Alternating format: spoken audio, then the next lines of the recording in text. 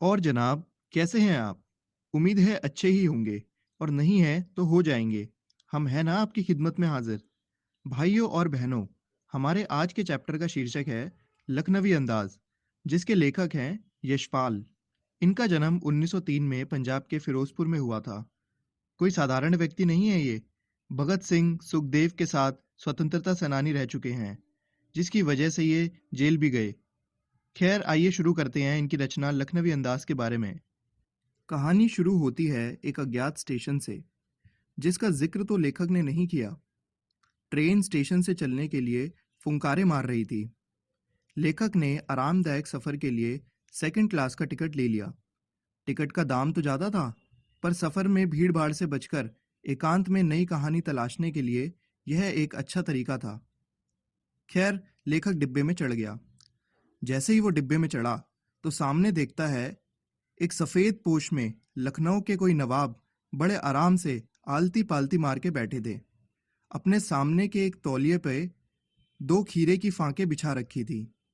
लेखक के अचानक आने से उनकी आंखों में असंतोष का भाव दिखाई दिया। लेखक भी समझ गया कि नवाब साहब बातचीत करने के लिए कोई उत्साह प्रकट नहीं कर रहे हैं। लेखक ने आंखें चुराकर अपनी बर्थ सीट पर बैठना उचित समझा। लेखक नवाब साहब को देखकर अंदाजा लगाने लगा, शायद नवाब साहब भी अकेले यात्रा करने के उद्देश्य से सेकंड क्लास की टिकट खरीदकर सफ़र कर रहे हैं और वो नहीं चाहते थे कि कोई आम इंसान उन्हें ऐसा करते हुए देखे। वक्त काटने के लिए खीरे खरीद रखे हैं।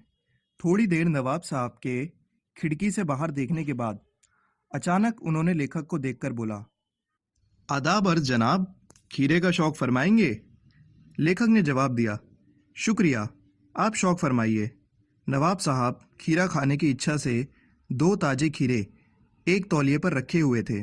पहले तो उन्होंने खीरे को खिड़की से बाहर निकालकर लोटे के पानी से धोया और तौलिए से साफ कर पानी सुखा दिया। जेब से चाकू निकाला, फिर बड़े सलीके से छील कर उसकी फांकें बनाने लगे। फांकों को तौलिए पर सजा दिया और जीरा मिला नमक और लाल मिर्च बिखेर दी।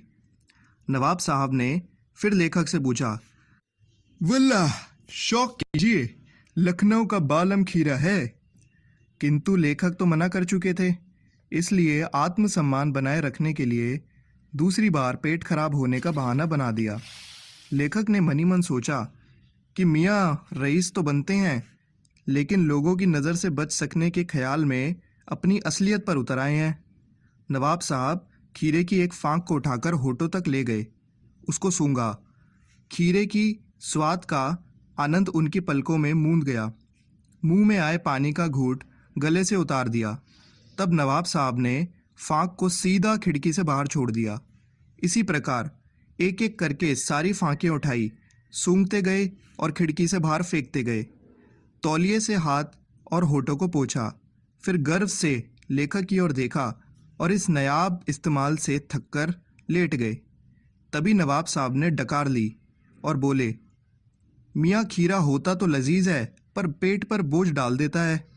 लेखक ने सोचा कि जब खीरे की गंध से पेट भर जाने की डकार आ सकती है, तो बिना विचार घटना और पात्रों के इच्छा मात्र से कहानी क्यों नहीं लिखी जा सकती। तो दोस्तों, ये था हमारा चैप्टर लखनवी अंदाज, जिसमें आपने देखा कि कैसे नवाब साहब ने अपनी झूठी शानो शौकत दिखाने के लिए बिना खाए खीरे ही खिड़की से बाहर फेंक दिए। लेखक ने भी ये देखकर अंदाज़ा लगाया कि जब बिना खीरे खाए किसी का पेट भर सकता है, तो बिना घटना, पात्र और विचार के कहानी क्यों नहीं लिखी जा सकती। जबकि दोस्तों, असल में ये संभव ही नहीं है। कोई भी कहानी बिना घटना, पात्र और विचारों के लिखी ही नहीं जा सकती है। ये सब देखते हुए लेखक को भी अपनी नई कहानी के लिए विचार और पात्र मिल गए और लेखक ने ये कहानी लिख डाली, जिसका शीर्षक था लखनवी अंदाज। अच्छा दोस्तों, फिर मिलेंगे। अलविदा।